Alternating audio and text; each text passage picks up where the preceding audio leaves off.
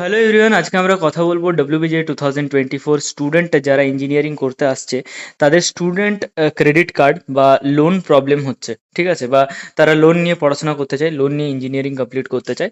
সেই রিগার্ডিং যা যা ফেসিলিটি রয়েছে স্টুডেন্ট ক্রেডিট কার্ডের তরফ থেকে বা নর্মাল কোনো ব্যাংক থেকে ফাইন্যান্স করালে বা লোন করালে কি কি কনসিকুয়েন্সেস ফেস হতে পারে সেটা নিয়ে আজকে কথা বলবো। ওকে, তো তুই একটু স্টুডেন্টদেরকে বল যারা এবছর অ্যাডমিশন নেবে তাদের স্টুডেন্ট ক্রেডিট কার্ডে বেশি সুবিধা না ব্যাংক থেকে লোন করালে বেশি সুবিধা, পুরো ব্যাপারটা একটু এক্সপ্লেন করে দে।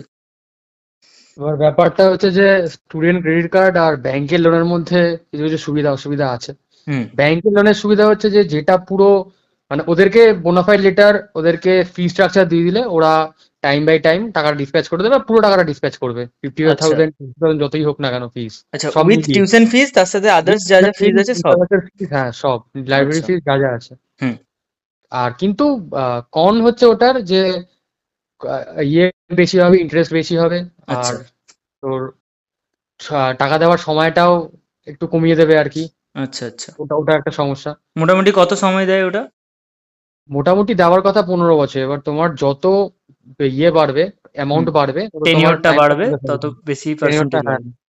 আর আচ্ছা। ওদের ব্যাপারটা হচ্ছে 7 লাখ টাকার উপরে তুমি যদি লোন নাও, তোমার বাড়ি বা তোমার সম্পত্তি কিছু ইয়ে রাখতে হবে আর কি, বন্ধক পেপারস রাখতে দিতে হবে। হবে, পেপারস হ্যাঁ, মানে দিতে পেপার হবে। দিতে হবে বা বন্ধক রাখতে হবে, এরকম টাইপের কিছু। আচ্ছা, আচ্ছা। কিন্তু আর স্টুডেন্ট যেটা ক্রেডিট কার্ড রয়েছে সেটার কি বেনিফিট বা সেটার কি কনস রয়েছে? স্টুডেন্ট ক্রেডিট কার্ডে 4% ইন্টারেস্ট, প্রথম কথা যাই নাও না কেন অ্যামাউন্ট 10 লাখ টাকার মধ্যে। আচ্ছা।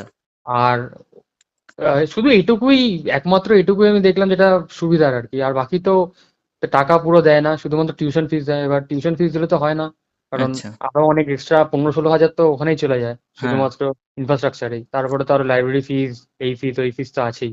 আচ্ছা, এটাতে তো ওটা ইন্টারেস্টটা কম, সমস্যা। 4% লাগে তাই তো? হ্যাঁ, শুধু ইন্টারেস্টটা কম, ওটা একটা সুবিধা। আচ্ছা, আর এটাতে একটা গ্যারেন্টারের কি একটা সমস্যা ছিল, ওটা এবার সলভ হয়েছে? গ্যারেন্টার পশ্চিমবঙ্গ সরকারই থাকবে, হুম। এটাও একটা সুবিধা। তুমি যত টাকাই নাও না কেন, দশ লাখ হুম। টাকার মধ্যে। হুম। এবার আর এর অসুবিধা, তুমি 10 লাখ টাকার উপরে তুমি নিতে পারবে না লোন।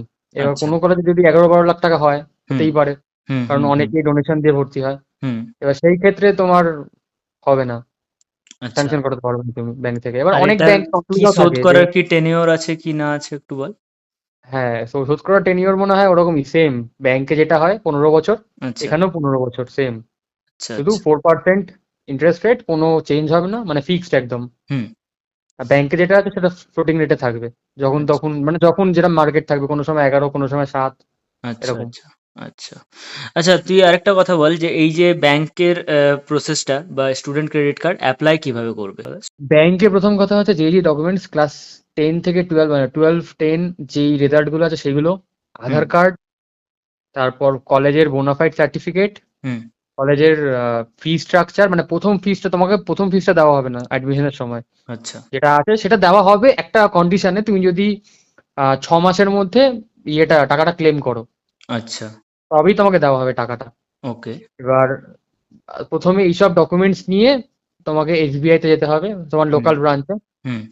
লোকাল ব্রাঞ্চ থেকে যখন তোমার এই অ্যাপ্লিকেশনটা ফরওয়ার্ড করবে, হুম। তখন সে তোমাকে বিধাননগর যেতে হবে। বিধাননগরে আরএসএবিসি, ওটা হচ্ছে এই মানে ওয়েস্ট বেঙ্গলে এই এরিয়াটার সবচেয়ে বড় অফিস আর কি, এসবিআই। আচ্ছা, আর ওটা লোনের জন্যই আর কি, আচ্ছা, ইন্ডিভিজুয়ালি। আচ্ছা, মানে ওখানে কলকাতার ওখানে মধ্যে বিধাননগরের ওই অফিসটা। হ্যাঁ, বিধাননগর আরএসএবিসি, টাটা আচ্ছা, কমিউনিকেশনের উল্টো দিকের বিল্ডিং। আচ্ছা। ওখানে ফোর্থ ফ্লোরে তোমাকে যেতে হবে। গিয়ে এবার ওখানকার যে ডিসবার্সমেন্ট অফিসার আছে, হুম। ওখানে যে ক্লার্ক আছেন, তাদের সঙ্গে কথা বলে জিনিসটাকে আরো এগোতে হবে। মানে ওদের কথা হচ্ছে যে তোমাকে রেজাল্ট দিতে হবে প্রতি সেমিস্টারে এসে, রেজাল্ট আর ফি স্ট্রাকচারটা তোমাকে দিতে হবে। দিতে আর হবে। একটা বোনাফাইড লেটার দিতে হবে। সার্টিফিকেট। আচ্ছা, হ্যাঁ, বোনাফাইড সার্টিফিকেট দিতে হবে, লেটার দিতে হবে যে তুমি এই সেমিস্টার পাস করেছো, তোমার আচ্ছা। এই মার্কস ছিল, হুম। তোমার এত দিনের মধ্যে টাকাটা লাগবে। আচ্ছা, আর এবার ধর এইটুকু কারুর দেওয়ার বাই পরে, এনি চান্স ব্যাকলগ হুম, চলে এলো, ঠিক আছে, ফার্স্ট সেমে বা হ্যাঁ, সেকেন্ড সেমে ব্যাকলগ চলে এলো, তাহলে সেক্ষেত্রে সে হ্যাঁ। কি করবে?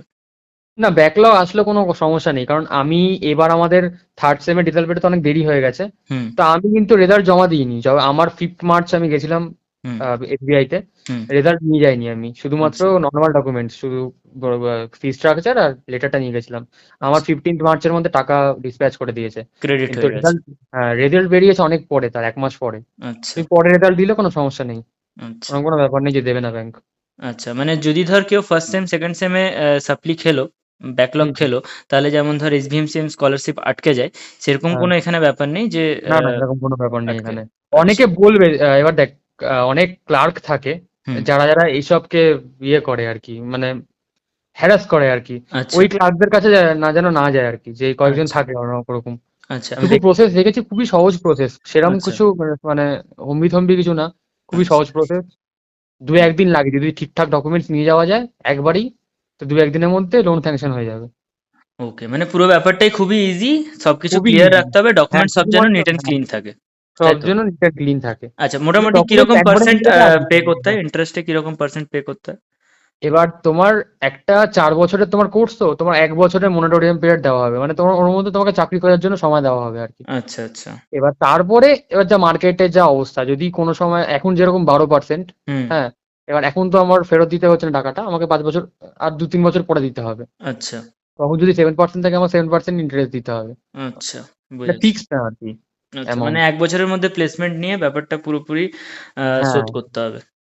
হ্যাঁ। আচ্ছা, ঠিক এবার আছে। ব্যাংক থেকে বলবে যে এখনই ইন্টারেস্ট গুলো পে করে দিতে, কিন্তু সেটা আর দরকার নেই আর কি। আচ্ছা, মানে ব্যাংকে সেটা তো সবসময় সম্ভবও বলবে আর নয়, কি। সম্ভবও নয় সেটা। হ্যাঁ সম্ভব না, হ্যাঁ। কিন্তু মানে বেশি অ্যামাউন্ট পড়বে না আর কি, তোর ওরকম 2,000-3,000ই পড়বে আচ্ছা, আচ্ছা, বেশি হলে। আচ্ছা। তখন ঠিক তোর পুরো আছে। ফিজটা আবার দিতে হবে। আচ্ছা, আচ্ছা। হুম। ঠিক আছে।